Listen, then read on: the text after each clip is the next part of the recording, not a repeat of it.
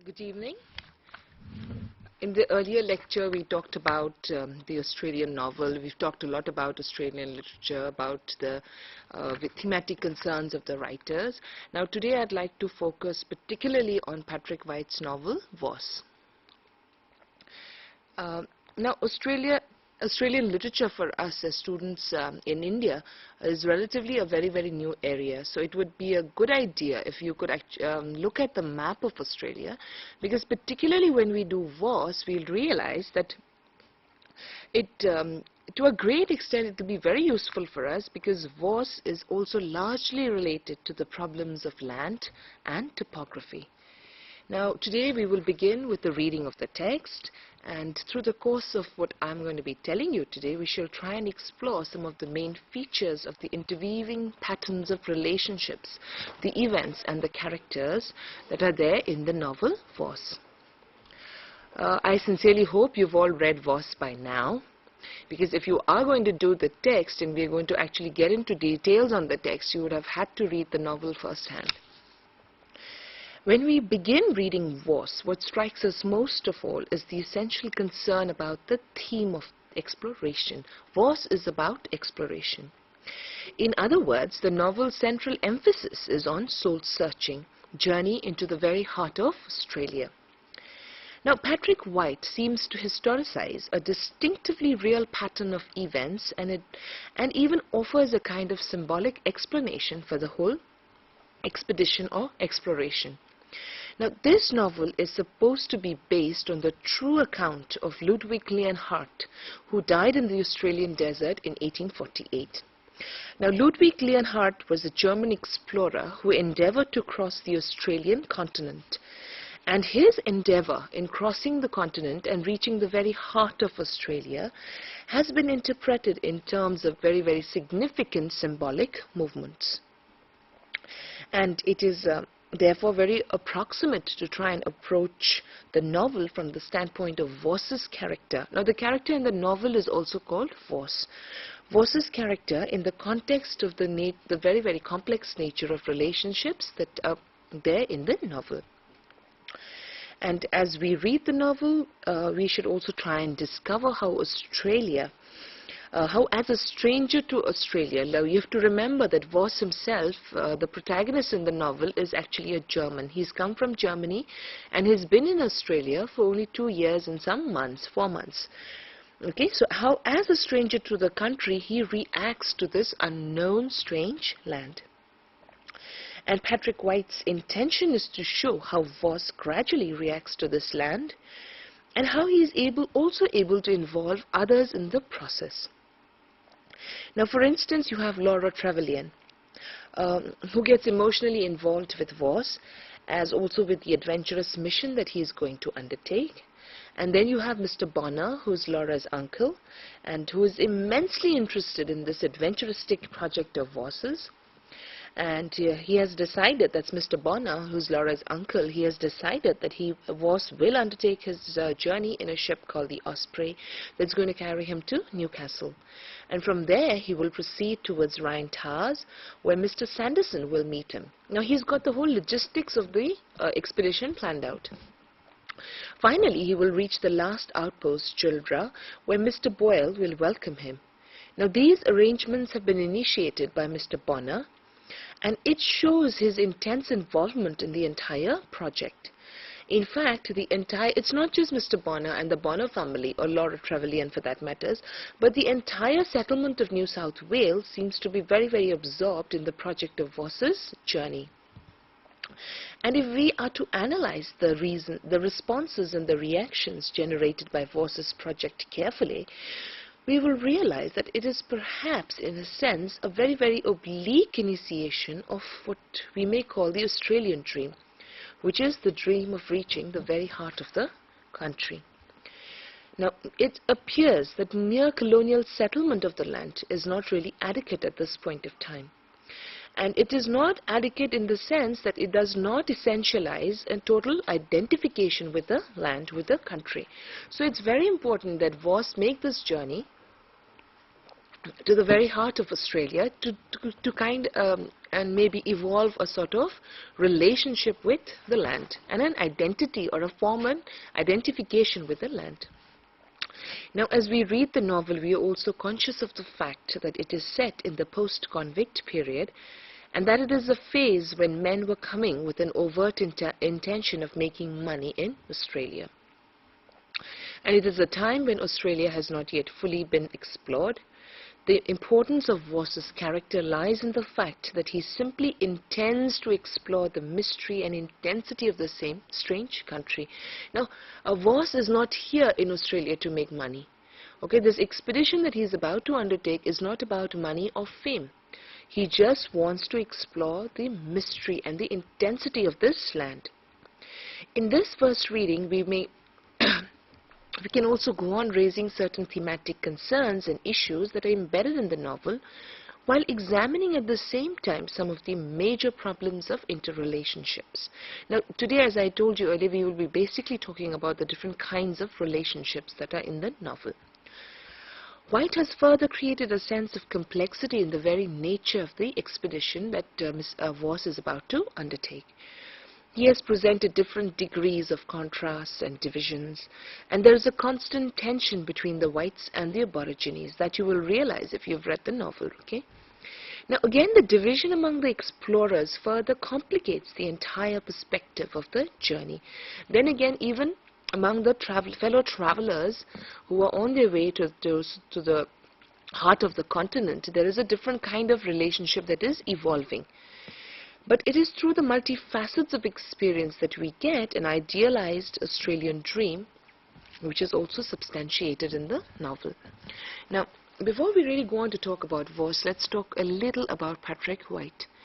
Patrick White was born in 1912 of Australian parents in England. Now, he was not native-born Australian. He was just 6 months old when he was brought back to Australia. He was educated in Australia till he was 13. Then the next phase of his education started at Cheltenham College, England. So he was sent back to England when he was 13 years old for higher studies. But Cheltenham College was a public school which was more renowned for producing soldiers than scholars. And Patrick White wasn't really happy there. He never really liked this British phase of his life, or his education. Actually. And he described this college as a place to be ironed out. Now, after the British phase of his education was over, he came back to Australia, and he started working as a jackaroo, which means a new immigrant, on sheep stations. Now, this particular experiential pattern has been reflected in his earliest novel, The Happy Valley, which was published in 1939. Now, Patrick White's intention to be acquainted with continental literature, which is the literature of Europe, is evident in his return to England. Now, after he came back from England and he was working as a jackaroo in Australia for some time, he wanted to go back to the continent to study French and German. So he went back to King's College, and his life basically is one of journey and travel. So during the early phase of his life, he frequently traveled between Australia and England. After this, he also traveled through Western Europe and America. He also served in the Middle East and Greece as an intelligence officer in the Royal Air Force. Now, these travels through the world obviously widened his experiential dimension of his life. Now, Patrick White, he epitomizes a very sustained effort at fictionalizing the entire Australian experience. His first novel, as I mentioned earlier, The Happy Valley, published 1939, is projected against the background of the snow country of New South Wales. And in this novel, he concentrates on the intensity of human suffering in relation to the archetypal problems of love and jealousy. And it deals with the monotonous and dissatisfied life of a local practitioner, Dr. Oliver Halliday, and his failing marriage. And that failing marriage prompts an affair with the music teacher, Alice Brown. Now, this emphasis on various aspects of human passion is again examined in his next novel, The Living and the Dead, which was published in 1941. Here, Patrick White once again reorganizes the acceptance of human sickness as well as his ecstasy. In his next major novel, The Aunt's Story, which was 1948, he exploits his experiences of travel through the different parts of the world. And in this novel, the story revolves around the heroine, Theodore Goodman, who travels through 3 different continents: Australia, Europe, and America. Now here Patrick White's philosophy of life becomes all the more intense and pronounced. His central concern seems to be the examination of permanence in a world of multiplication and division. And another very significant novel of Patrick White is The Tree of Man, published 1955. In this novel, the shifts and changes in Australian society are depicted very clearly. And the story is about the Australian farmer family of Stan Parker. And it presents the transformation of a pastoral society into a world of very, very urban complexities. And the gradual movement of time seems to lend a very special dimension to the novel, thereby creating a sense of enchanting mystery as well as ecstasy. And The Tree of Man shows, and I quote, that fulfillment lies in liberalization, lies in transcendence. And he examines the same theme in his other major novel, which is Voss.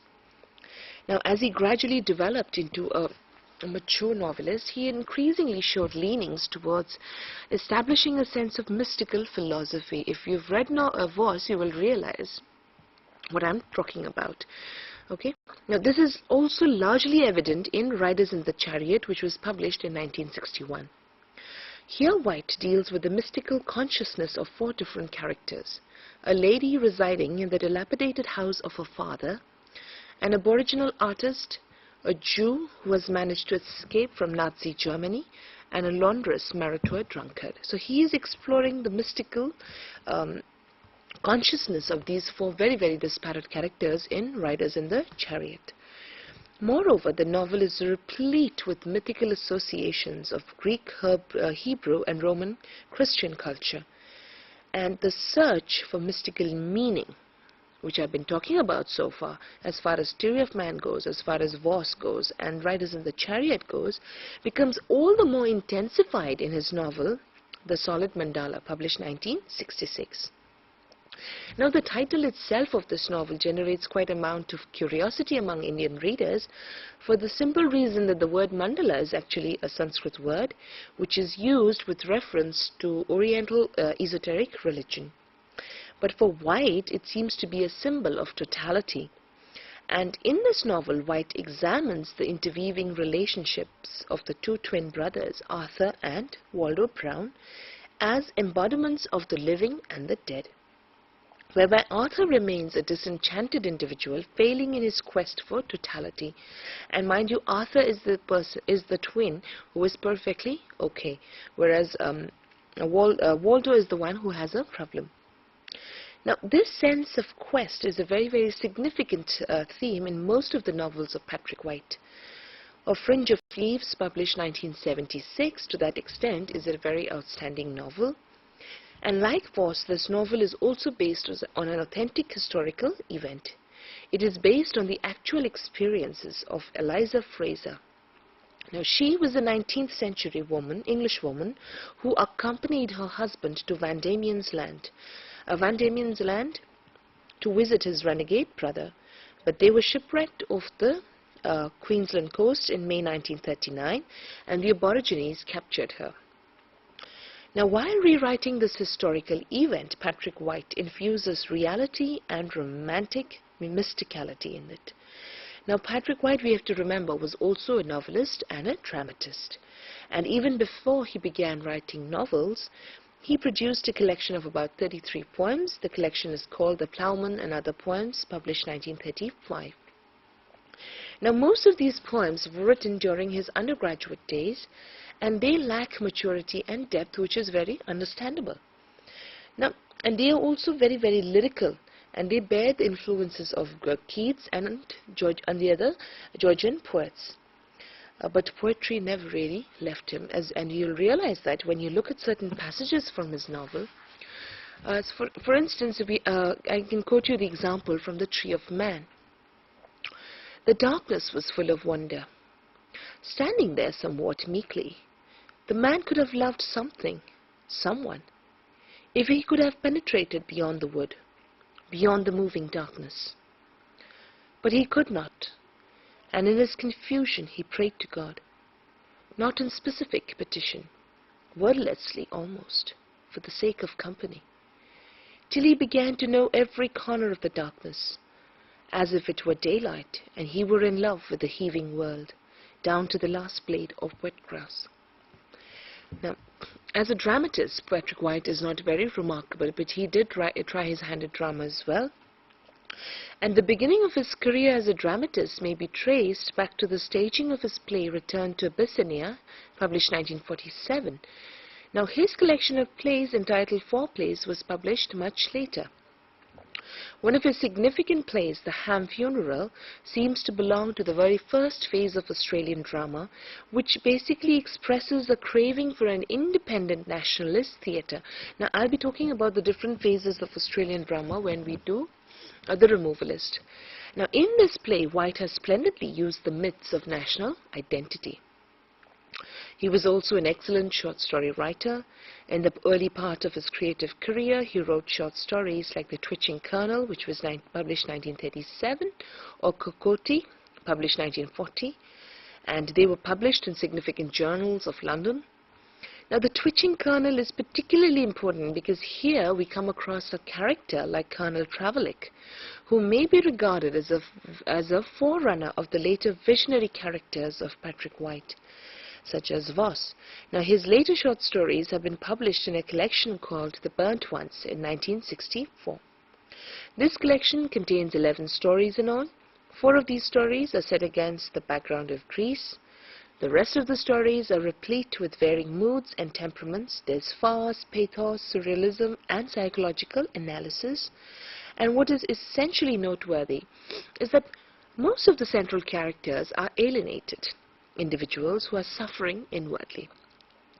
And this theme of alienation is equally noticed in 6 novellas and stories collected in The Cockatoos, 1974. Now, in this collection, only 4 stories have Australian settings or characters.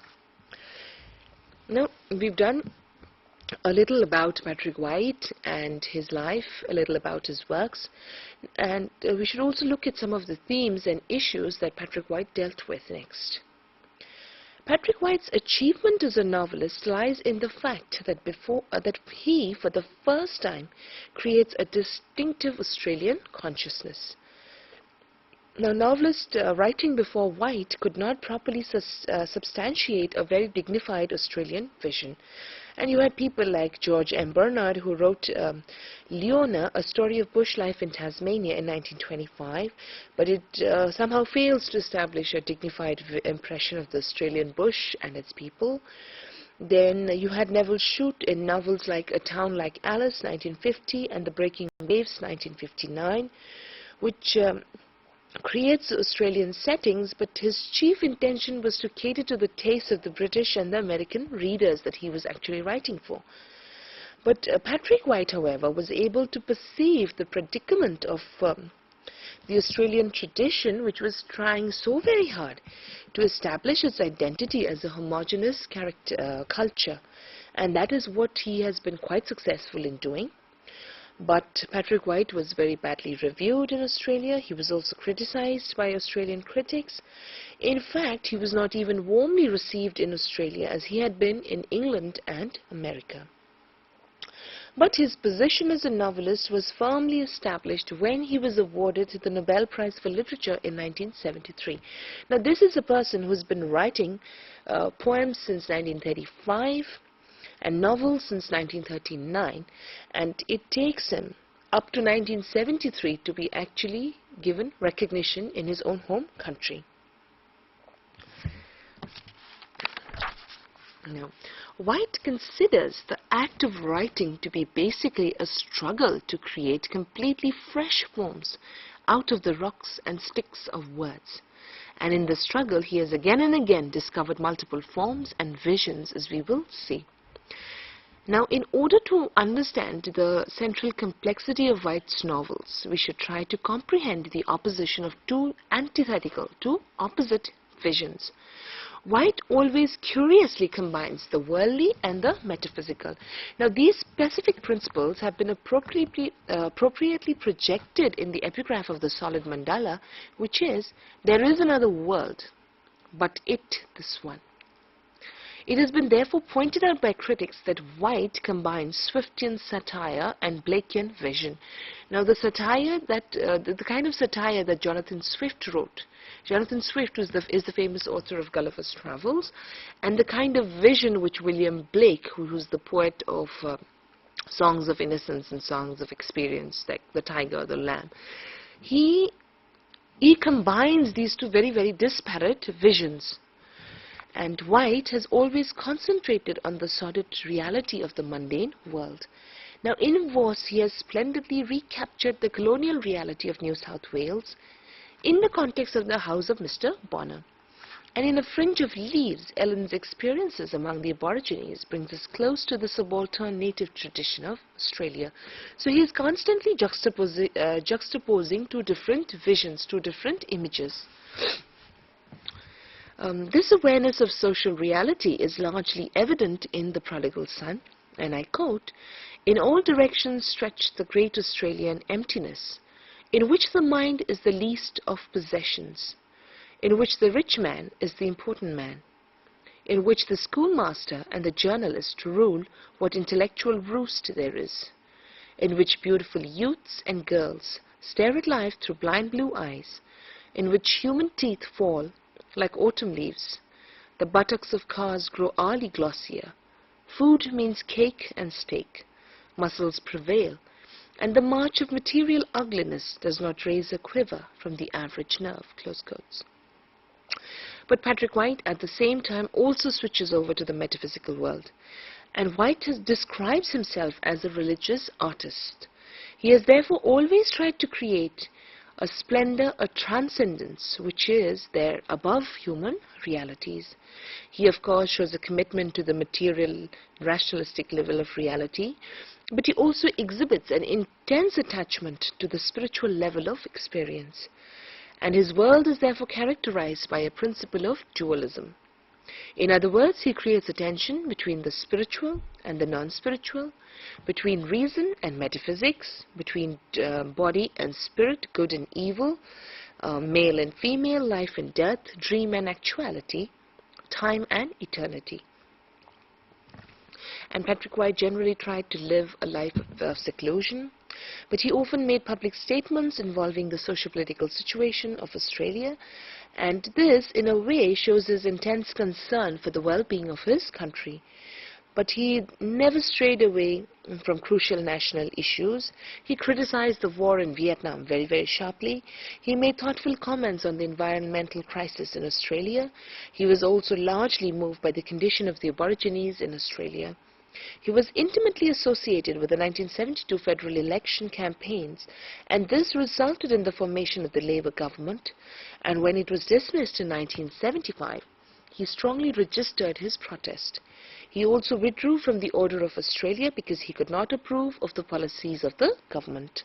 He established the Patrick White Literary Award. He died on 30th September 1990. But his works are a constant source of inspiration to future generations of both readers and writers. And V. Chatterjee has pointed out very, very rightly that Patrick White has taught us to suffer with dignity and to find strength in loneliness. This, I believe, is no mean achievement. Now, I'll tell you a little about the time when Voss was being written. And it's interesting because he was actually very, very ill when he was writing Voss. Now, Patrick White always wanted to write a novel about explorers and exploration. But he always put the idea aside, especially in view of the failure of his novel, The Aunt's Story, published in 1948. But the idea was there at the back of his mind since the early days of the war. And in the summer of 1954-55, he was suffering from a terrible attack of asthma. And as a result, when he lay in the public wards of Sydney Hospital, he conceives the idea of writing Voss. It was during that time. Now, the progress of writing the novel was moderately swift. He started the novel in 1955 and he completed the work in 1956. In one of his letters to Voss, a partner in the Viking press, and Patrick White writes, and I quote, "I have almost finished the first version of a new book. I am pleased with it only by fits. I have never been pleased with anything really. I think it will be a long time before the one can be called finished. I shall have to rewrite it at least once, probably twice." But he had completed the final version of Voss in December 1956, and he was greatly relieved. And he writes to Naomi Burton, who was his agent in New York, saying, "Today I sent you by registered airmail the manuscript of the new book Voss. I shan't write any more now. Finishing the book has put me behind with all my Christmas correspondence." Close quotes. He worked on Voss for 18 months. But he did not make any public statements about writing this novel, and only some very, very intimate friends knew about it. And in fact, he was a person who really hated talking about the books he planned. And he was prone to saying, and I quote, "As you know, I hate talking about books before they are ready." Close quotes. Now, this was a novel in which he tried to create a fusion of history and passion. When he came back from the war, he decided upon writing a novel on Australia, and when he went through his old records, he concentrated on the figure of the German explorer Lionheart. He explained his own conception regarding the novel in one of his letters to Hughes, where he says, "When I returned here," that means to Australia after the war, "and began to look up old records, my idea seemed to fit the character of Lionheart. The latter was, besides, merely unusually unpleasant, whereas Voss is mad as well. I always wanted to write the story of a grand passion." So that's how Voss actually came to be created. Now, Voss appeared in New York in 1957, and the New Yorker praised the novel in the following manner: "His prose tends to set up an obstinate and exasperating barrier between his subject matter and the reader. Nevertheless, this is a heroic and sometimes brilliant novel." Voss appeared in London in December 1957. The appearance of Voss established White's position as a literary celebrity in London. The critics even went to the extent of placing him by the side of such great authors as Thomas Hardy, Joseph Conrad, T.H. Lawrence, and William Faulkner. But the reaction from the Australian critics came much later, even though Voss was a bestseller. Sometimes the Australian reviewers even tried to undermine the importance of this novel. So we had Douglas Stewart writing, "One thing is certain, overseas praise does tend to be excessive and lacking in the fundamental knowledge of the subject, which alone can give real authority." But the apathy of Australian reviewers gradually changed into admiration. Now, White's biographer David Marr writes that it was greeted at first with a general air of reproach was a great source of anger to White, especially as the critical verdict in Australia was reversed after a few years, and the explorer novel came to be revered almost to the point of tedium. So Voss was naturally, Patrick White was naturally upset because initially Voss did not get a good review in Australia at all. And later on, they were to praise Voss so high and raise it so high that it became almost tedious. But White's position as a novelist came to be officially recognized as he won the Miles Franklin Literary Award for Voss. Now, this literary award was given to him because Voss was considered to be a novel of the highest literary merit, which must present Australian life in any of its phases. And it was a £500 award. And when White was asked what he planned to do with this money that he got, he said, "I'm going to buy a hi-fi set." And then after a moment's reflection, he says, "and a kitchen stove." Now let's look at Voss quickly. And when I'm talking about Voss, what I'd like to lay emphasis on today is basically the kind of relationship between Voss and Australia, Voss and Laura Trevelyan, and the whole concept of exploring Australia before we do anything else, and also the concept of agony and ecstasy, which are all dualities that are present in the novel. Now, in a sense, the central protagonist of Patrick White's novel Voss is Australia. Just as in Shakespeare's history plays, the central protagonist was England. Okay? So also Australia as a strange country seems to be the focal point of this novel.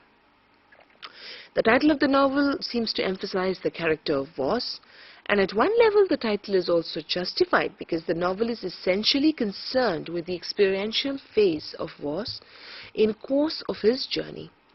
So in other words, what we're trying to say is we discover a linear progression, a linear pattern of Voss's expedition. The preparation of the journey on the ship Osprey, their progress through Rhine-Tars and Gildra, the beginning of the expedition through an arid landscape, varying degrees of predicament, the encounter with the aboriginals, and eventually the death of Voss. So there is a linear movement. But at another level, it may be read as an epistemological construct in relation to Australia. But we absorb this level of experientiality only through the personality of Voss. And it is always emphasized that the central concern of Voss is actually Australia. Now, he is in Australia only for 2 years and 4 months, as I told you earlier, but he has already formed a far greater understanding of the land than the settlers of New South Wales have. Like, for instance, Laura complains of the land being extremely monotonous. He doesn't seem to have a problem with the monotony. In fact, he says, "I'm at home. It is like the poor parts of Germany." And though Laura fails to be intimate with her new home in New South Wales, Voss discovers the intense complexity of the country. And he says, "Your country is of great subtlety." Now, in Voss's analysis, the expedition should not be merely considered at the concrete level of human experience.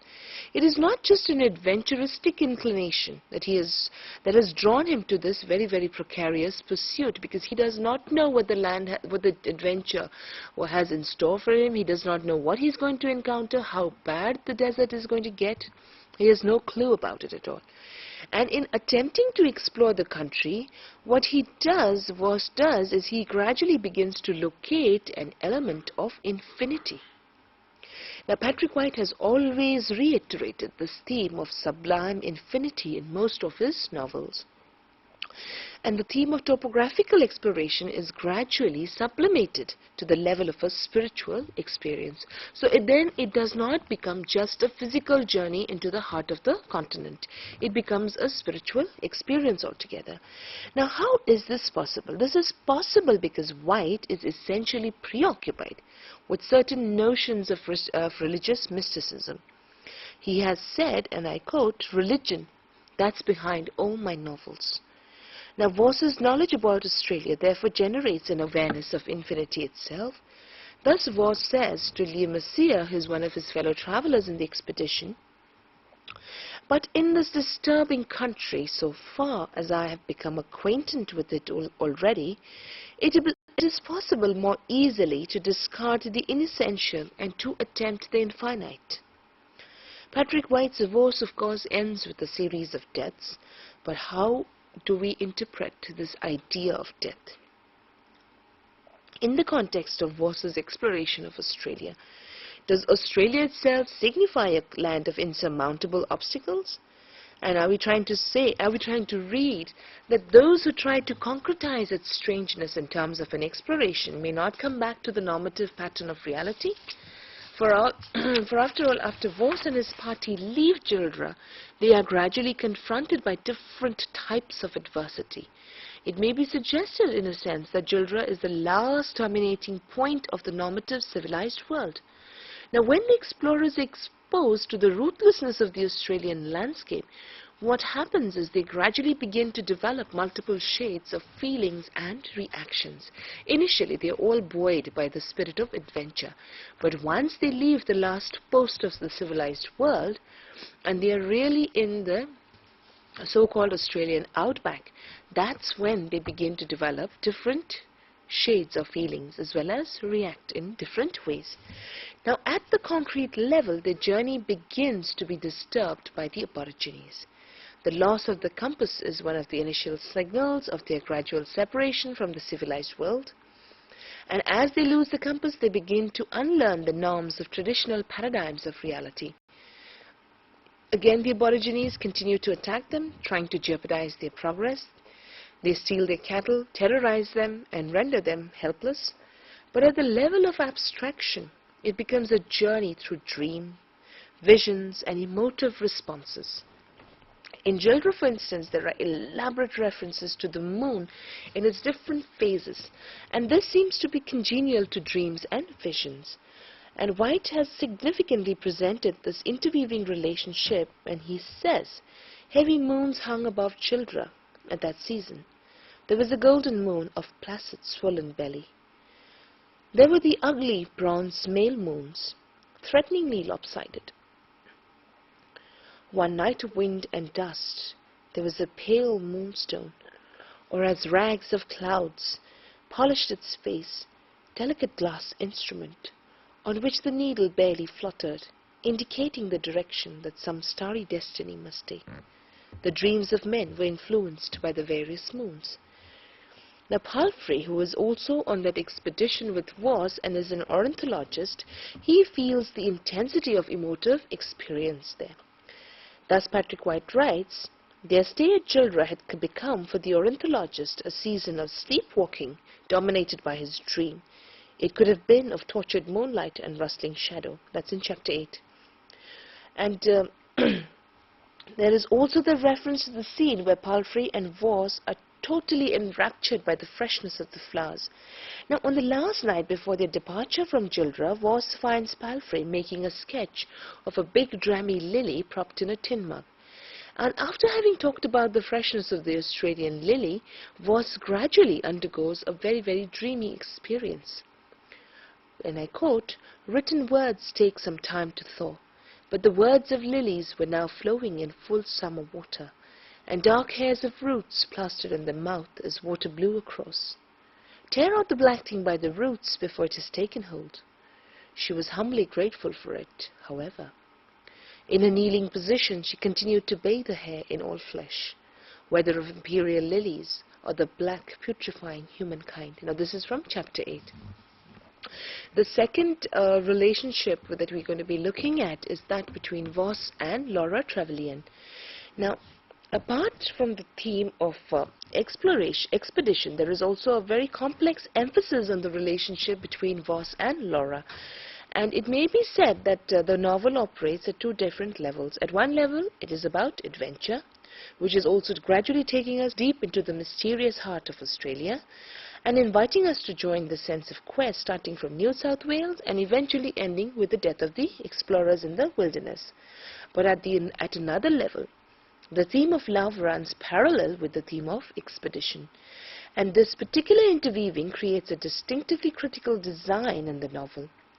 Initially, it seems that Voss and Laura seem to belong to two different worlds. They seem to have no compatibility as far as their specific inclinations are concerned. And in that, if you look at the first chapter where he meets, where Voss meets Laura in the home of Mr. Bonner for the first time, you will realize that they talk about different perspectives on Australia. When Laura comes to know that Voss has walked all the way from Sydney to New South Wales, she finds it extremely ridiculous. When Voss compares the land with the poorer parts of Germany, she says, I was never in Germany, but I find the road to Sydney monotonous even from a carriage. But despite this external incompatibility, there is an internal or spiritual interconnection between the two. And this curious mental parity is noticeable when even after their after their initial meeting, both of them suddenly become very, very embedded in their past. And there you see a parallel pattern in their mental reactions, because both of them plunge into their past memories simultaneously. So thus Laura ends up remembering how she came to New South Wales to live in the house of Mr. Bonner. She also registers her reactions to this strange land, whereas Voss remembers his days in Germany and his final decision to come to Australia as an explorer. And while all others seem to misunderstand and misinterpret Voss, Laura alone can perceive the inner being in him. And she points out that the settlers have not yet been able to assimilate themselves into the strange country, but will not say it. We are not yet possessed of understanding, that's what she says. This country seems to be foreign and incomprehensible. All of them feel alienated from the country, and they do not possess the right to be identified with this land that they've come to inhabit. And Laura realizes that Australia is not her own country, though she has lived in it. And it is further problematized when Tom Radcliffe points out that the German also does not possess the right to claim it as his country, because after all he is a German. But when he says that, Laura immediately says it is his by right of vision. So that is the kind of identification that Voss has with Australia, and which Laura is able to sense, even though the two of them are not really compatible. And then they go for a picnic. At the picnic they become more mystically aware of each other, and they begin to span the silent gulf that operates between them. And it is a very, very curious gap that can be linked with the mysterious stretches of both time and space. Because, as Patrick White writes, it is not exactly clear what they should do, only that they were suddenly faced with a great gap to fill of space and time. Words, silences and air had worked upon them subtly until they had undergone a change. Now, in the garden in chapter 4, in the garden scene in chapter 4, Voss and Laura begin to discover each other. Laura finds his personality very, very enigmatic, and then it is when she also notices that the personality of Voss is, seems to be identified with the Australian desert, and she says, "You are so vast and ugly. I can imagine some desert with rocks of prejudice, and yes, even hatred. You are so isolated. That is why you are fascinated by the prospect of desert places, in which you will find your own situation taken for granted, or more than that, exalted." For Laura, Voss is as strange as the Australian desert. So she obviously exclaims, "You are my desert." But the real intensity of her emotions may be noticed only after Voss's ship actually sails off. And she can actually visualize the ship proceeding through the waters. Now, the other thing that needs to be looked at is this whole concept, or the whole notion of exploring Australia.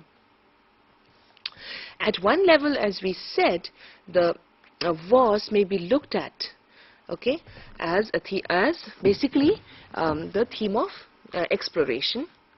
And in Voss, most of the characters, what they do is they interrogate and they interpret the meaning and significance of their existence in Australia. And that's what Voss and Laura seem to be doing when they're reacting to this land. And while Laura finds it very, very monotonous and dull, Voss looks at it as something that has distinctive notions of subtlety. And it is also a country where people are coming to try their luck and to make a fortune of. But Voss does not have any such notions. He does not intend to make a fortune out of this place, like other men. He is not all money talk. And we have Mr. Bonner saying the same thing about Voss when he says, "We have only to consider the progress we have made. Look at our homes and public edifices. Look at the devotion of our administrators and the solid achievement of those men who are settling the land." Then the other thing that may be looked at very, very briefly is about agony and ecstasy, how these two are interwoven in Voss. The element of agony is obviously manifest in the emotive aspects of the novel, and it may be studied in the context of the relationship between Voss and Laura. And whereas ecstasy may be analyzed from the standpoint of very complex relationships that rise out of the actual process of the expedition. Voss and Laura obviously come very close to each other and develop a spiritual relationship, but this leads to an agonizing experience. So you have all these kinds of dualisms in Voss. Not only in Voss, but in most of the novels of Patrick White. He was always juxtaposing two antithetical ideas together. Like I said earlier, he is supposed to be combining something called the Jonathan Swift satire with the William Blakean vision. So you have these two ideas being juxtaposed throughout. Today we talked a little about Voss, about the making of Voss, and we've also looked at 4 types of relationships in the novel. Next time we'll be looking at the romantic elements and the thematic concerns of the novel.